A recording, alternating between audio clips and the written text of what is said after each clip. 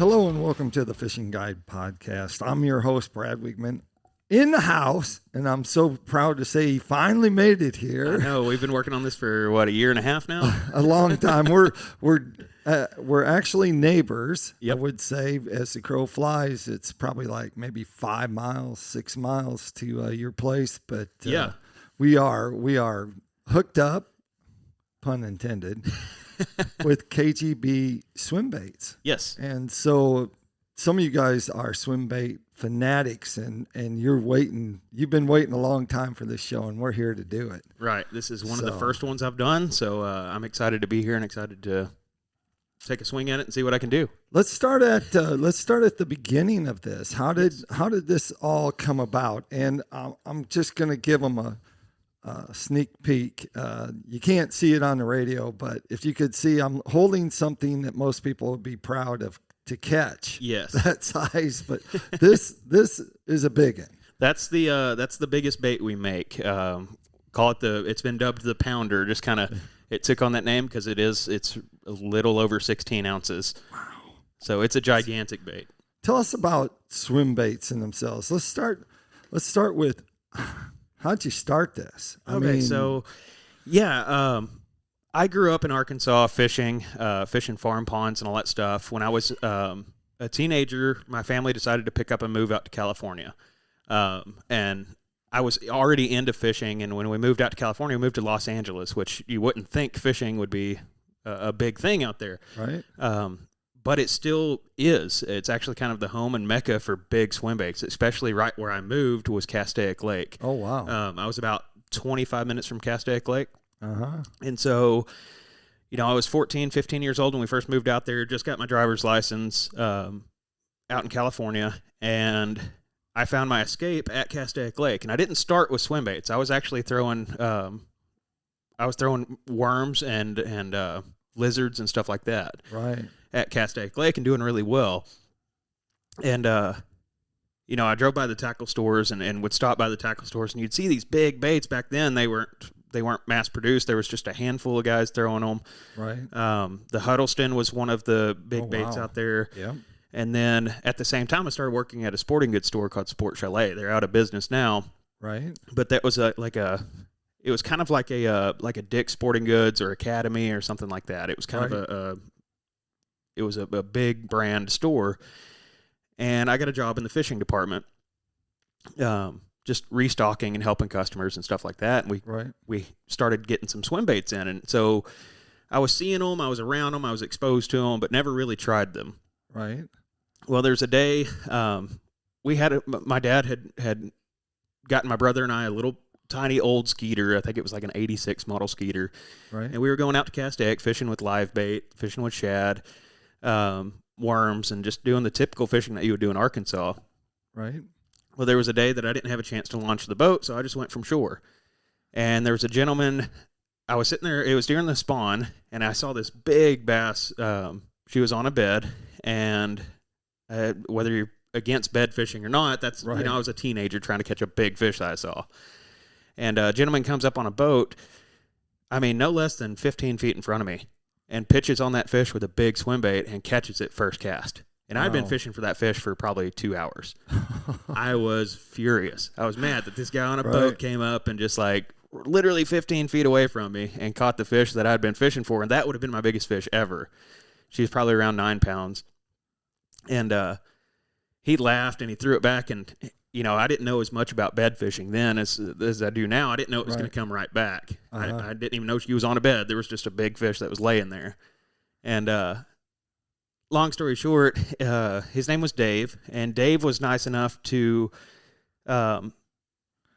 he said, "Hey, I know you're mad, but come join me. I'll show you some stuff." Wow. And so he pulled up on the shore. I jumped on his boat, and to make a long story short, Dave introduced me to swim baits.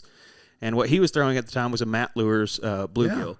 Yeah. And he dropped it right down on the bed, and that's why the fish ate. Dave introduced me to big baits that day. I had already been exposed to them, but he showed me what they could do, and I saw it live action right in front of me. Right. And so, anyways, Dave and I kind of became friends. Dave's funny guy. He's a good guy, just has a really strong personality. Yeah. But he introduced me to swim baits. We started fishing together quite a bit, and he introduced me to the Huddleston and stuff like that. And then I finally went and bought one, and went out to the lake, and I didn't know how to rig it or anything like that. I had the biggest bait, the biggest rod and reel that I could buy. It was, around saltwater stuff. So I had a pretty big. Yeah, I had a big heavy setup. And I went out with the Huddleston and fished nonstop for 2 weeks without a single bite. And finally, I got a bite right from the corner of a dock on Castaic. It was in the lagoon. There's only like 2 docks on that, 3 at that time. There was one further down. But, there's only so many places for these really big fish to hide in the lagoon is almost like a pond. Right. Anyways, 2 weeks without a bite, finally hooked up to a fish, and the first fish I caught on a swim bait blew my personal best out of the water. My personal best was from a farm pond in Arkansas. Right. And this bass had no upper lip, so she had to bite at everything that came across her path. Right. And caught that fish. She was 9 pounds. Wow. So immediately, boom, new personal best. And then it was about a week later, I ended up catching another big one. There's one buoy, and these bass during the summer or during the winter time in California, clear blue skies, they'll find any shade they can. So there was a buoy, and I cast way past the buoy, drug it back, and you could see these bass were just stacked up below the buoy, right? Just catching any shade they could. And they had just stocked, I think the week before they'd stocked trout. But I drug my bait, the Huddleston, right by that buoy, and boom, hooked up. I saw the fish come up and eat, and it was a giant, and landed the fish. It wasn't much of a fight. Those big fish, they're just kind of sluggish at that point. Right. But if they ever get their head turned away from you, you're on for a good fight. But with these big swim baits, you don't do that. You just grind. Like once you get them hooked up, you try to ski them in. Uh-huh. Because if you give them a chance, then they're going to turn and they'll throw the bait. So anyways, not much of a fight. The fight wasn't all that memorable, but I got the fish landed, and she was just short of 16 pounds. Wow. And so I have been totally addicted to swim baits ever since. Biggest fish, still my personal best largemouth. She was 15.9.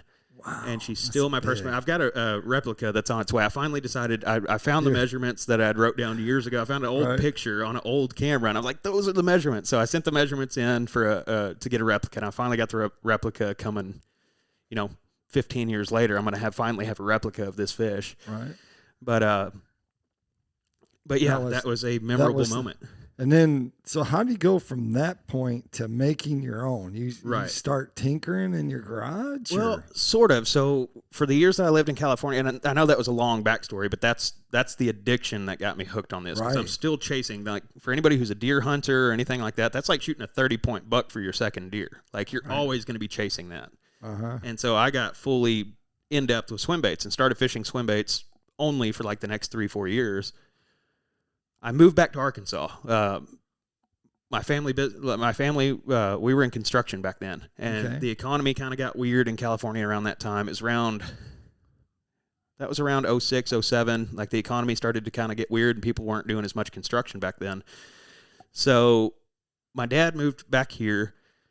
I decided to move back and help him out, and I left all my swim bait stuff with my brother. I didn't think it would work in Arkansas. Oh, no. And so I left all my swim bait stuff back there. But I was still addicted to it. And so about 6 months of living here, I was like, man, I started getting the itch for swim baiting again. But I didn't have them. When I moved back here, I was broke. I mean, when I got back here, I think I had like $2 to $3 to my name. Right. And spent all my money on gas and just getting back here. And then it took a while to get a job. And at that time, it was just like, starting over again. Right.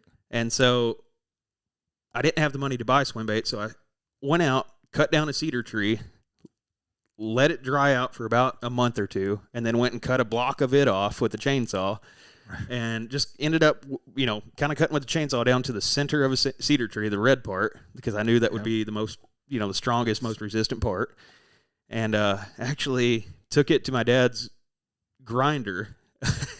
I remember he got really frustrated because I took it to his grinder that he sharpens his lawnmower blades on and such. It's not made for wood. Oh. And so I had shaped out a bluegill, messed up his grinder. It was no good anymore. I mean, the wheel was just done. It was loaded with wood particles and all that stuff. But I went out to the pond and actually caught a fish on that first. And I looked for it. I found it the other day, and I seem to have lost it again. I was going to bring it with me to show you guys because I found the original bait, the very first one. And the hinges, I didn't know much about making swim baits at that time, so the hinges and all the hardware was actually like picture frame stuff. Yeah. No, it was the stuff that you would hang pictures with, the screw eyes, brass screw eyes and stuff. Jeez. And so the hardware was way oversized and all that stuff, but the fish in the pond didn't care. They were just eating it. Right. And so that was the introduction to me making swim baits. I see. Was being too broke to buy them and still wanting to do it and having access to what would typically be firewood. Right. And went out and carved a bait and then caught fish, carved another bait, caught fish, and it just kind of grew. I kept on carving new baits and catching fish. Right. And the addiction to making baits kind of grew on me almost more than fishing did. I started wanting to make better and better baits. Right. So how do you go to making, what is the materials that are in one of these swim baits? There's a lot of options for materials. There's literally thousands of options for resin and stuff like that. So these are made out of resin.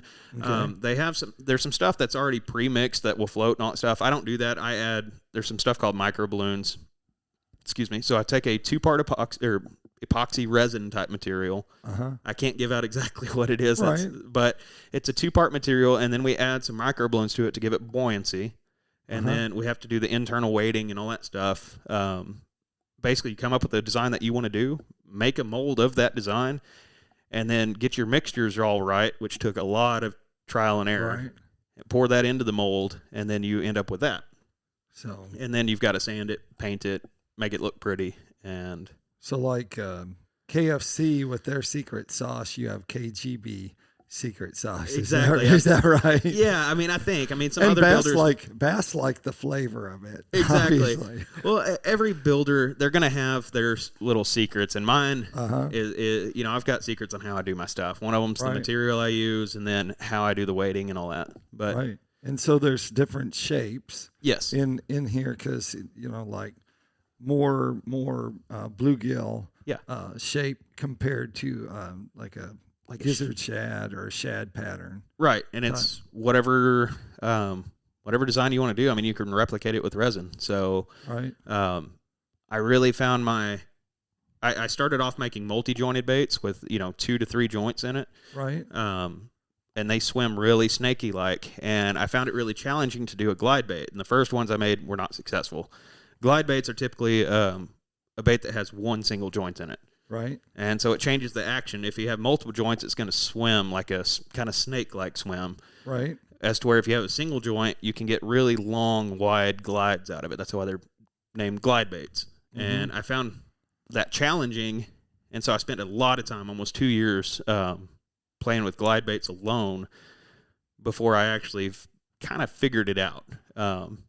And each bait presents a challenge. Like each different design presents its own challenge on how you do the joint, where you put it, the angles of it. Just there's a lot of challenges to it that is, for me, it's really fun to overcome those challenges and get it right. And so size, if size matters, you've come up with different sizes. The biggest, I guess we'll show them. This is the biggest one, right? The pounder. Yeah, the pounder's the biggest. And is this the new one or something that's happening? It is something that's happening. That is in the works. Okay. Been we can on that. Show them? Yeah, absolutely. Okay. Been working on this little bait. I was worried about that for a second. We're out here showing it to I didn't bring anything we can't show. Okay. So, the little bait, I've been working on it for a little over a year and a half, and I've played with little tiny baits for the past probably 3 or 4 years, but finally got one that I'm confident with. Fished with it all summer, and I'm going to be working on getting a batch of those out. And when I say batch, like when we do production, we have to do it. We don't pour one bait at a time. Well, we do. But for production purposes, we'll have 20 to 30 molds, and we'll pour those molds for 2 to 3 days straight and end up with, 200 to 300 baits. And then they go to the next step, which is sanding and getting them ready for paint and assembly and all that stuff. So, how many people do you have working for you? I've got, 4 full-time guys, 2 part-time, and then I've got 3 painters that are pretty much full-time painters for us. So really? Yeah, they work from home, so they're not in the Right. shop itself. I actually, one of them lives all the way out in Colorado, and so I mail baits to her, and then she'll paint them and send them back. Gonna have to hook you up with my son-in-law. He just got done painting one of the when we get to PICO to tackle time, we'll talk about that. But yeah, so the painters they're pretty much out and full about. time. Yeah. And they're pretty much full time. So I mean, this Right. little, what has grown from grinding a piece of cedar on my dad's grinding wheel has now grown to where it's supporting multiple families, Right. which is really, really cool. Not only my own, but I've got other people who are dependent on it, and it's full time, like it's their career. And I know one thing that you deal with is, because these are hand built, custom, basically lures, is the production itself. Right. You're not putting out, a large number of products like huge, like Strike Kings, Right. might be putting out, 500 of a certain color or 500 certain color out of Right. 23 models. Right. We've got, production for what we do for handmade baits. I think we're probably, we're not the top, but we're definitely in the top 4 or 5 as far as numbers. Right. For handmade production swim baits. But we're nowhere near like the big companies, because Right. we're not injection molding or anything like that. And that's also a difference of what you're looking for to get a bite too. I mean, Right. these literally the pounders made to catch a trophy fish. Right. It draws so much attention. You'll still catch small fish on that. They're just aggressive. Fish don't Right. have hands to feel something with. They got to That's feel it right. with their mouth. So if they're curious about That's it, right. you'll still get the curious catches. The king. I've caught. The king is one of the baits that's hot right now. Everybody's wanting the king. I used to make it See that 3 or 4 years ago, and I finally brought it back. big glide bait. Yeah, the king, it's 11 inches, 9.6 to 9.8 ounces is what they average. It's a big bait. It just has such a presence in the water that I've caught bluegill on that, and I've also caught giant striper on that. Anything from tiny bluegill who are just curious and aggressive, little 8 and 10 inch bass who don't have hands but they're curious about it. They'll come up and take a bite at it, all the way up to 50 plus pound striper who are truly trying to eat it.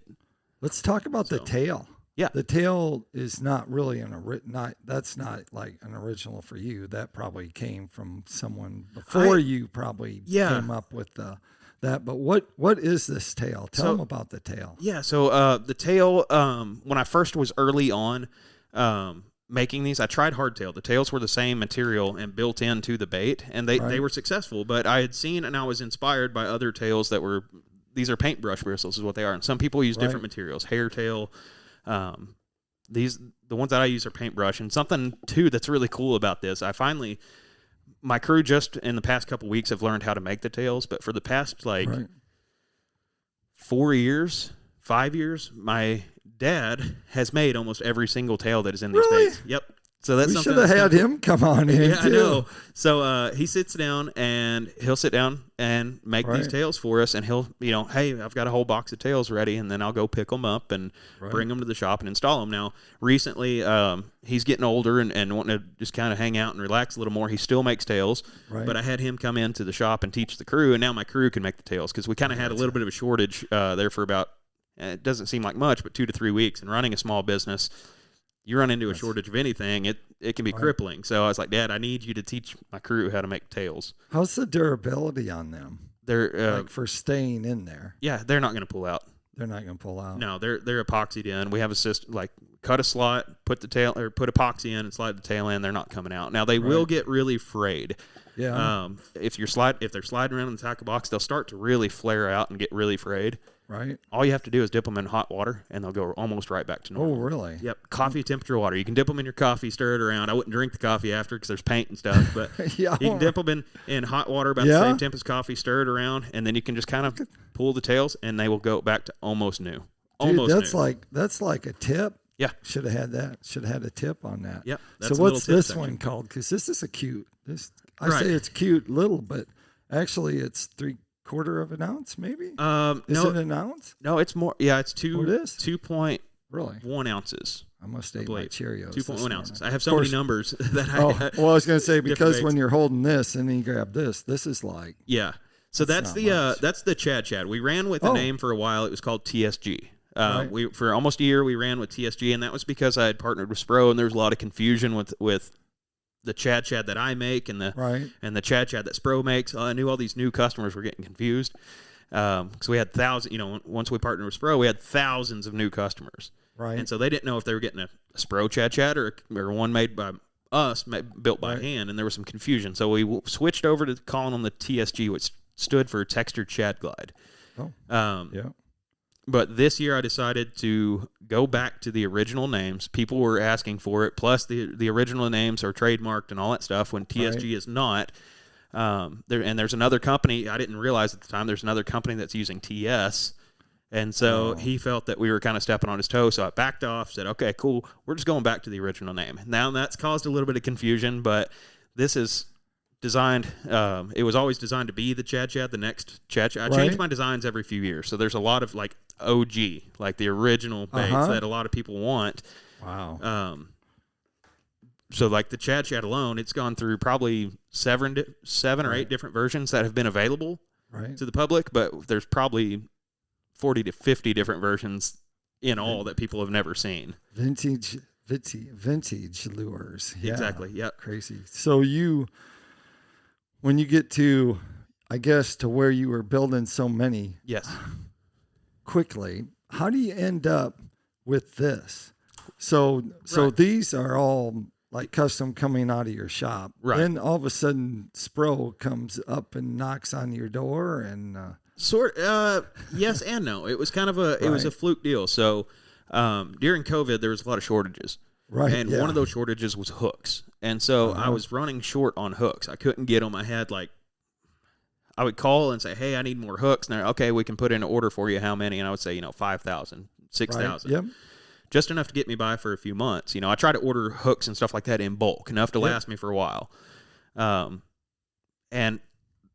one of the times I called, they said, hey, you have 40,000 hooks on back order. We're just waiting for them to get in. They're in a shipping container out in the bay, on the West Coast. And I was like, what? I have that many on back order? And they said, yeah. I was like, well, when are they coming in? They're like, we don't know. They're in a shipping container in the bay.